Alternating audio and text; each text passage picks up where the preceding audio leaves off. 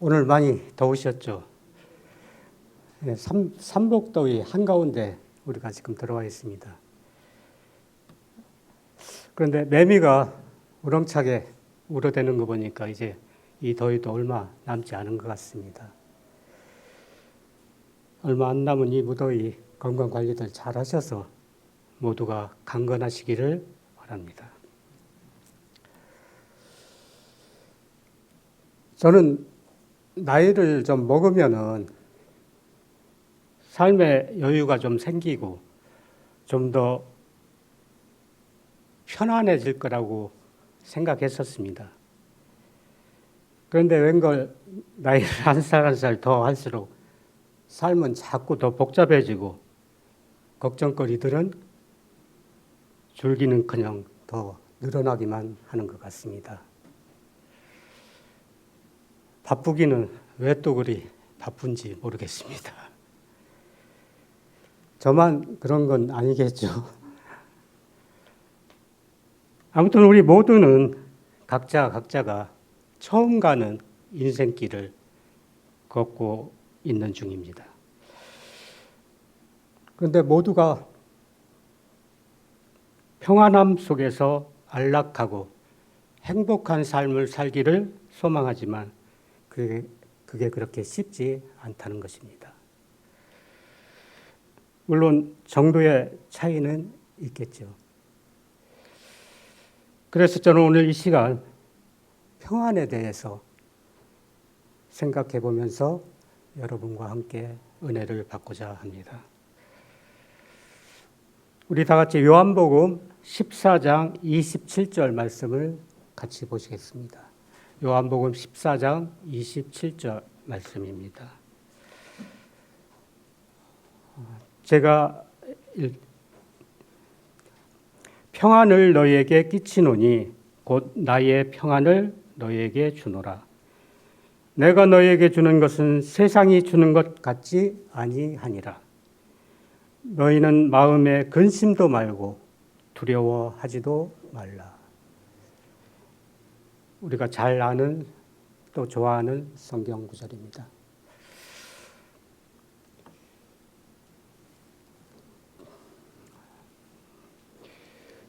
지구상에는 많은 나라들이 있습니다. 그 각 나라들마다 독특한 인사말이 있다고 합니다. 그 사용하는 인사말들을 보면은 그 사람들이 어떤 인생 철학으로 살고 있는지 또 무엇을 가장 중요하게 여기는지를 알 수가 있게 됩니다. 우리나라 인사말 중에 식사하셨습니까? 진지 드셨습니까? 라는 인사가 일상이었던 때가 있었습니다. 지금은 먹을 게 지천이라서 잘 실감이 안 되는 이야기일지 모르지만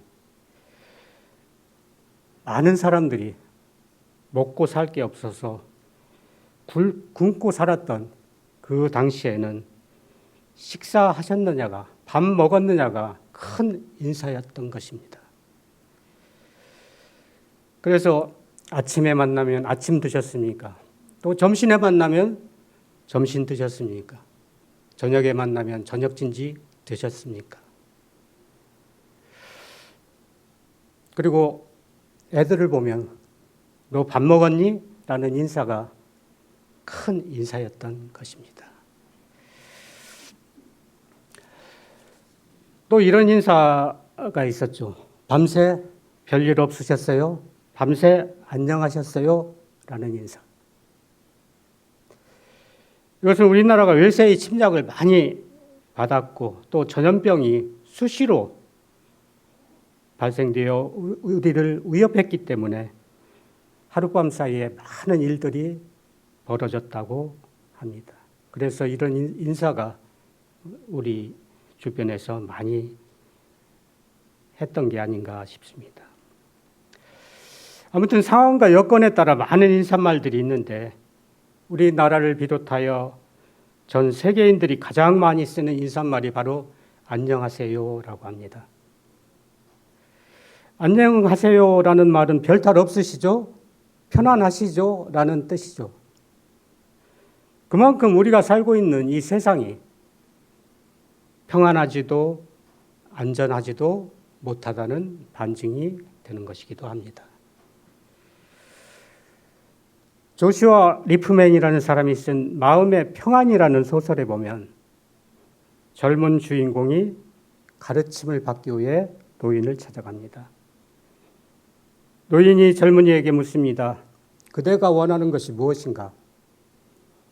주인공인 젊은이가 자신이 바라는 꿈을 쭉 이야기합니다. 선생님, 저는 첫째가 건강이고요. 둘째는 재물, 셋째는 미모, 넷째는 재능이고 다섯째는 권력이며 여섯째는 명예입니다. 그러자 노인이 빙그레 웃으면서 이렇게 말합니다.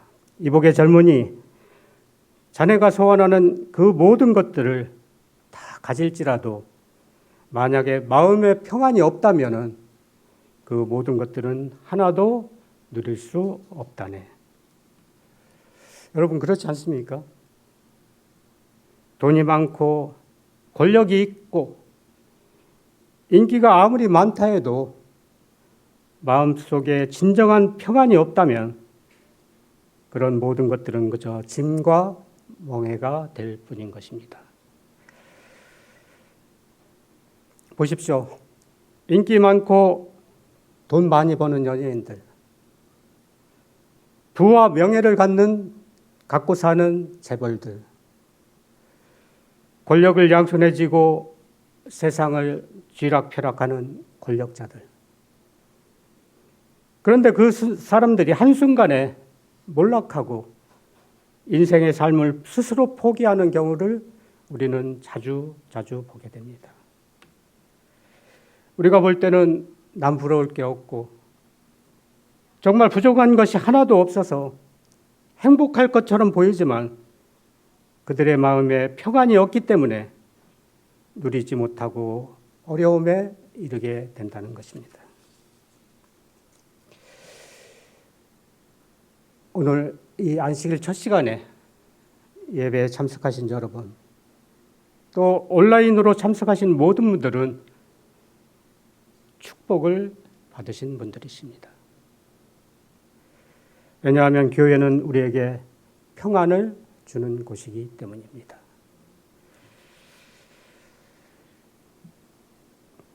이 저녁 이곳에서 제가 어떤 물질을 나눠주거나 세상에서 부자가 되는 어떤 방법이나 비법을 소개하지는 못하지만 오늘 이곳에는 우리 모두가 가장 필요로 하고 갈급해하는 참 평안이 있다는 사실입니다.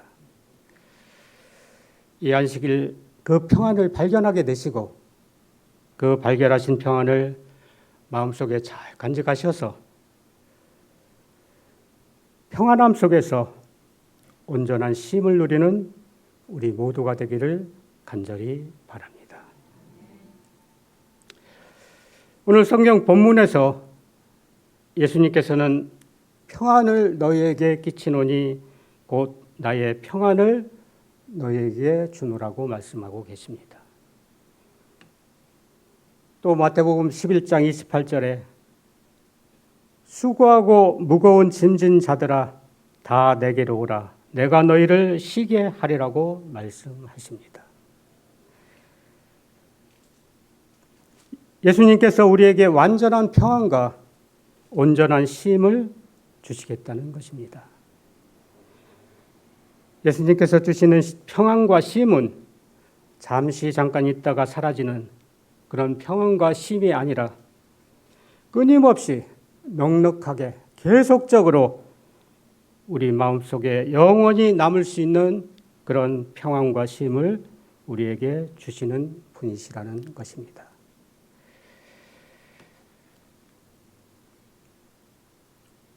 오래전에 한 범죄자가 있었습니다. 수배령이 떨어진 이 범죄자는 교묘하게 잘 피해 다니다가 근 10여 년 만에 붙잡히게 되는데 경찰에 잡히면서 이 사람이 뱉은 첫 마디가 휴, 이제 시원하다.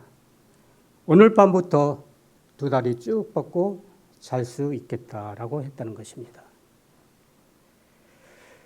10년 동안이나 도망 다니다가 붙잡힌 사람이 이렇게 말을 하면서 웃더라는 것입니다.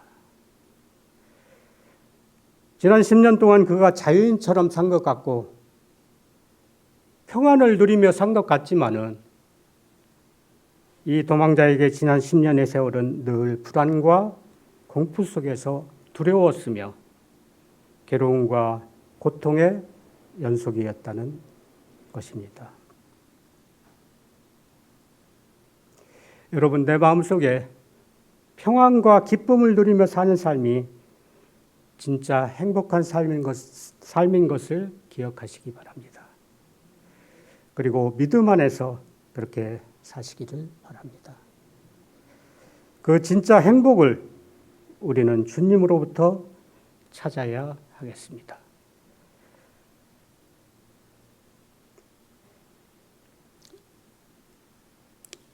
하나님 없이 사는 사람의 특징이 뭔지 아십니까? 바로 불안이라고 합니다. 불안은 자기만을 사랑하는 이기심 때문에 생기는 죄의 결과죠. 자기 자신만을 섬기는 삶은 언제나 불행하고 불안할 수밖에 없다는 것입니다. 에덴 동산에서 첫 범죄 후에 아담과 하와에게 처음으로 나타났던 감정이 바로 두려움과 불안이라는 감정이었습니다. 그들이 에덴 동산에서 죄를 짓자마자 성경에 이렇게 기록되어 있지 않습니까? 창세기 3장 10절에 내가 동산에서 하나님의 소리를 듣고 내가 벗었으므로 두려워하여 숨었나이다. 사람이 죄를 짓고 하나님으로부터 멀어지면 가장 먼저 나타나는 감정이 불안과 두려움이라는 감정입니다. 한 아이가 놀이동산에서 엄마를 잃어버리고 울고 있었습니다. 다행히 봉사자들에게 발견되어 그들이 보호실로 데리고 가서 어르고 달래며 안정을 시키려고 먹을 것도 주고 장난감도 주어보지만 이 아이에게 아무리 맛있는 게 있고 좋은 장난감이 있어도 그들의 달램이 위로가 되질 못합니다. 엄마를 다시 만나는 그 순간까지 이 아이는 계속 불안할 수밖에 없는 것입니다. 그럼 이 아이가 언제 울음을 그치고 언제 웃음을 되찾겠습니까? 그것은 손에 어떤 장난감이나 맛있는 것을 쥐어줘서가 아니라 잃어버린 엄마를 다시 만날 때 비로소 이 아이는 눈물을 그치고 웃음을 되찾게 되는 것입니다.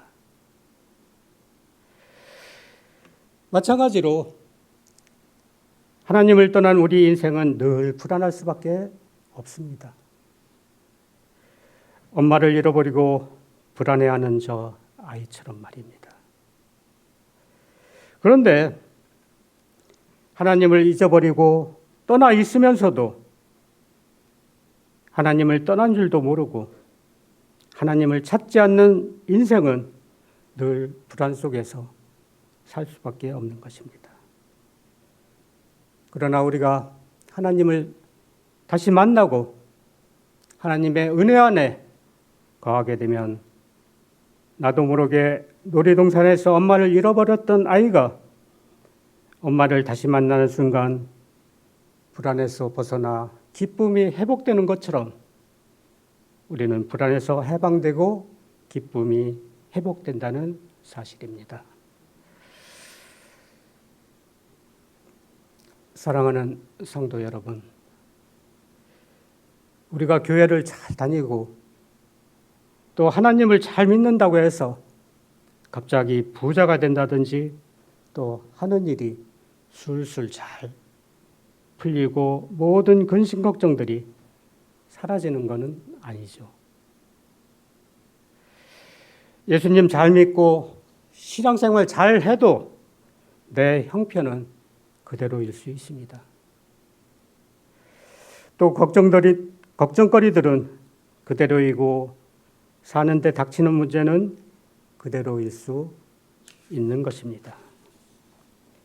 아니 어쩌면 문제와 걱정거리들이 더 크게 산더미처럼 밀려올 수도 있다는 것입니다. 그런데 놀라운 사실은 예수님을 믿게 되면 사는 형편은 그대로이고 주변 환경은 그대로인데도 우리 마음만은 점점점 평안해진다는 것입니다. 왜냐하면 하나님을 만났기 때문에 그런 것입니다. 우리 모두가 다 이런 경험들을 하시게 되기를 간절히 바랍니다. 우리가 예수님을 만나 전적으로 믿고 신뢰할 때 어려운 상황 속에서도 굳건한 평안을 가질 수 있으며 우리에게 축복이 있게 될 것입니다. 그러나 우리는 결코 평안을 전혀 문제없는 삶으로 오해해서는 안 되겠습니다. 아무리 신실한 그리스도인일지라도 시험과 고난과 시련을 겪지 않는 사람은 없습니다. 이번 교과를 통해서 우리가 그 내용들을 충분히 배우고 있지 않습니까? 또 믿음의 선조들의 삶에서 그들이 겪었던 고난과 시련을 통해서 우리가 보고 배우고 있습니다. 가정과 건강 335페이지에 이런 말씀이 있습니다. 하나님과 교통함으로 얻는 능력은 사려 깊고 주의성 깊은 마음을 훈련시키는 열렬한 노력과 합하여 사람을 일상생활의 의무를 감당할 수 있도록 준비시켜주고 아무리 어려울지라도 모든 환경에서 마음을 평안하게 지켜준다라고 기록하고 있습니다. 우리가 예수님을 전적으로 신뢰하고 믿으며 쉬지 않고 기도하며 주님과 소통할 때 우리는 주변의 어떤 상황에도 결코 흔들리지 않는 마음의 평안을 소유할 수 있게 될 것입니다. 마태복음 8장 23절부터 보면 예수님께서는 사납게 일렁이는 광풍 속에서도 편안히 주무시는 것을 우리는 보게 됩니다. 저도 몇 년 전에 그 배를 타고 일본 그 지인들과 함께 일본 오사카를 갔었던 적이 있었는데 갈 때는 바다가 잔잔해서 참 편안하게 잘 가서 구경 잘 했습니다. 그런데 오는 길에는 비바람이 몰아치면서 파도가 얼마나 심하든지 정말 엄청 고생했던 기억이 이 설교를 준비하면서 새롭게 제 내리를 스쳤습니다.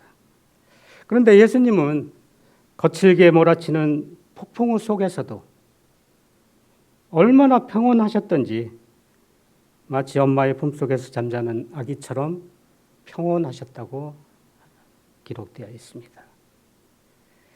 도대체 예수님은 어떻게 그 사나운 폭풍우 속에서도 그렇게 평온하게 주무실 수 있었을까요? 반면에 같은 배를 타고 있는 제자들은 왜 그렇게 안절부절 못하고 두려움 속에서 걱정하고 불안해합니까? 도대체 그 차이가 뭘까요?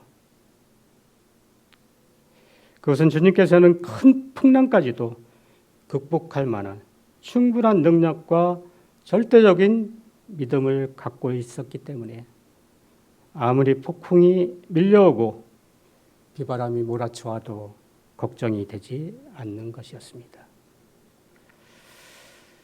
주님께는 완전하신 능력이 있는 것입니다. 그 완전한 능력을 갖고 계신 예수님을 믿고 개인의 구주로 영접할 때 우리는 진정한 하늘의 평안을 누리게 될 것입니다. 오늘 우리가 그 예수님을 믿고 예수님 앞으로 한 걸음 더 가까이 다가서게 될 때 우리는 남은 여생을 평안 속에서 안전하게 살 수 있게 될 것입니다. 아무도 믿을 수 없는 세상, 그래서 두려워할 수밖에 없는 내게 완전하신 그 예수님께서 나를 지켜주시고 나를 등 뒤에서 밀어주시며 나를 보호해 주시기 때문에 그 든든한 백을 가진 우리는 평안할 수가 있게 되는 것입니다. 믿을 만한 구석이 있는 사람은 걱정할 필요가 없지 않습니까? 그런데 우리가 자꾸 걱정과 불안 속에 살게 되는 이유는 완전하지도 않은 세상 것들에 너무 매달리기 때문인 것입니다. 여러분, 세상에 어떤 것도 완벽하거나 완전할 수가 없습니다. 세상의 모든 것들은 다 흔들리고 불안합니다. 시시각각으로 변하기 때문에 손해도 보게 되고 세상을 믿었다가 큰 낭패를 당하기도 합니다. 믿을 수 없는 세상에 고정되었던 우리의 눈과 마음을 이 시간 예수님께 돌리시고 예수님을 바라보십시다. 우리 예수님은 완전한 평안을 갖고 계신 분이십니다. 혹 미래가 불안하십니까? 그렇다면 우리보다 앞서가시며 우리를 선한 길로, 평안의 길로 인도하시는 주님을 믿고 굳건히 신뢰하시기를 바랍니다. 예수님에게는 모든 완전하신 능력과 충분한 자원이 영원히 있습니다. 오늘 그 완전하신 예수님을 꼭 만나시고 그분과 동행하며 평안의 삶을 사시기를 간절히 바랍니다.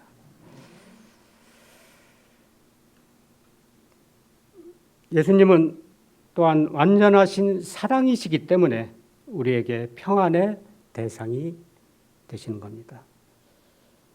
예수님은 완전한 힘만 있는 분이 아니라 그 힘을 가지고 끊임없이 우리에게 사랑으로 베푸시는 분이십니다.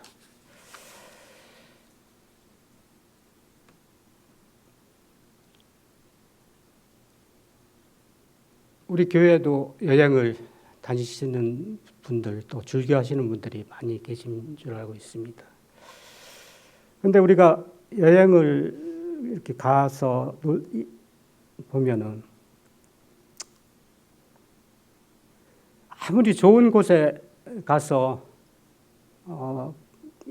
갔다고 하더라도 집으로 돌아와야 마음이 편안하고 놓이고 그렇게 되죠.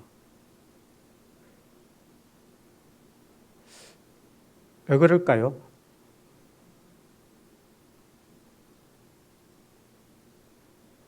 뭐 여러 가지 이유가 있겠지만 가정이라는 울타리와 그 안에 사랑이 있기 때문에 그렇다고 생각이 됩니다.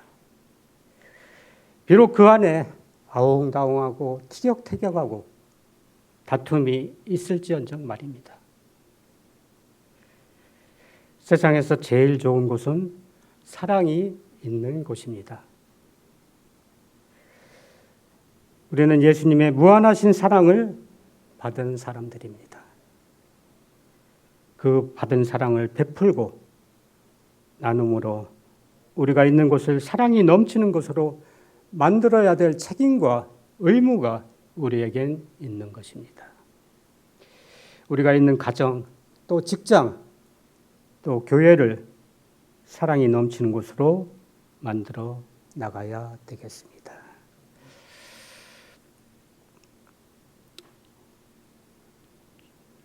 중국 고대 후한서에 보면 공옥이석이라는 말이 있다고 합니다.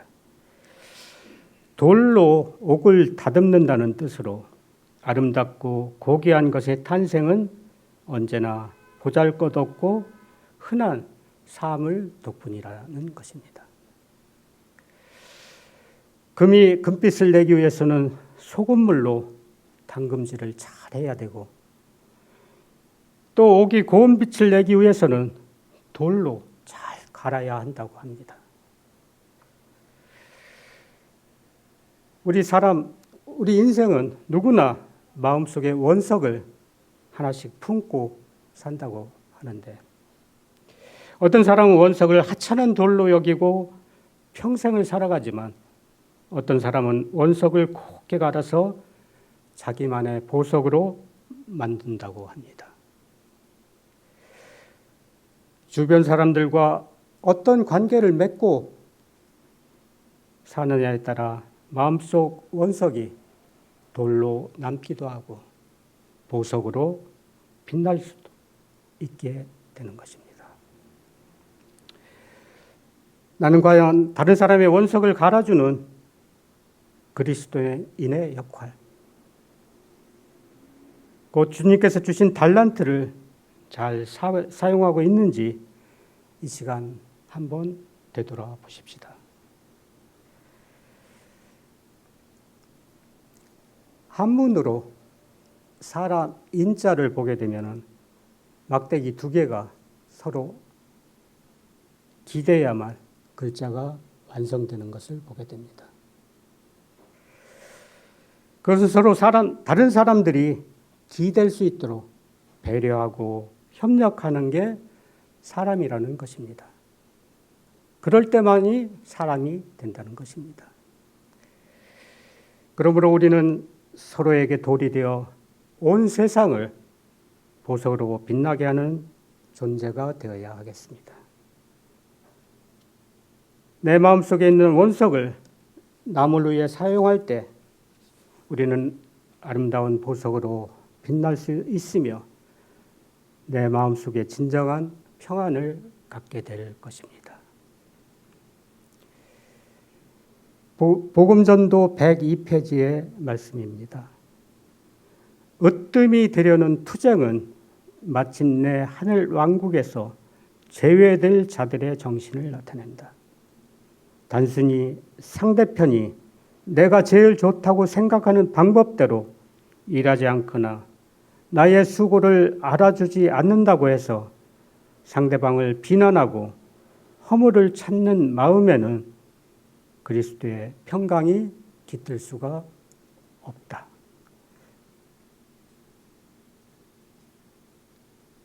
사랑하는 성도 여러분, 우리가 세상에 살면서 그리스도인으로 산다는 게 결코 쉬운 일은 아닙니다. 또 성령의 열매를 나의 삶 속에서 맺으며 산다는 게 얼마나 어려운 일인지 우리는 잘 압니다. 그러나 우리가 온전히 자아를 죽이고 하나님만을 전적으로 신뢰할 때 우리는 불안이 없어지고 참 평안을 누리며 성령의 열매를 맺는 삶을 살게 될 것입니다. 아담 이후 모든 인간이 죄를 지으면서 하나님을 떠나게 되었을 때 불안이 생겼습니다. 그런데 우리가 다시 하나님을 찾고 하나님을 만나게 되면 신기하게도 평안이 찾아오게 됩니다. 오늘 이 안식일 주님의 평강이 깃들 수 있는 우리 마음들이 되어서 주님께서 주시는 그 참 평안과 온전한 쉼으로 평안하고 행복한 삶을 사시는 우리 모두가 되기를 바라면서 말씀을 마치겠습니다.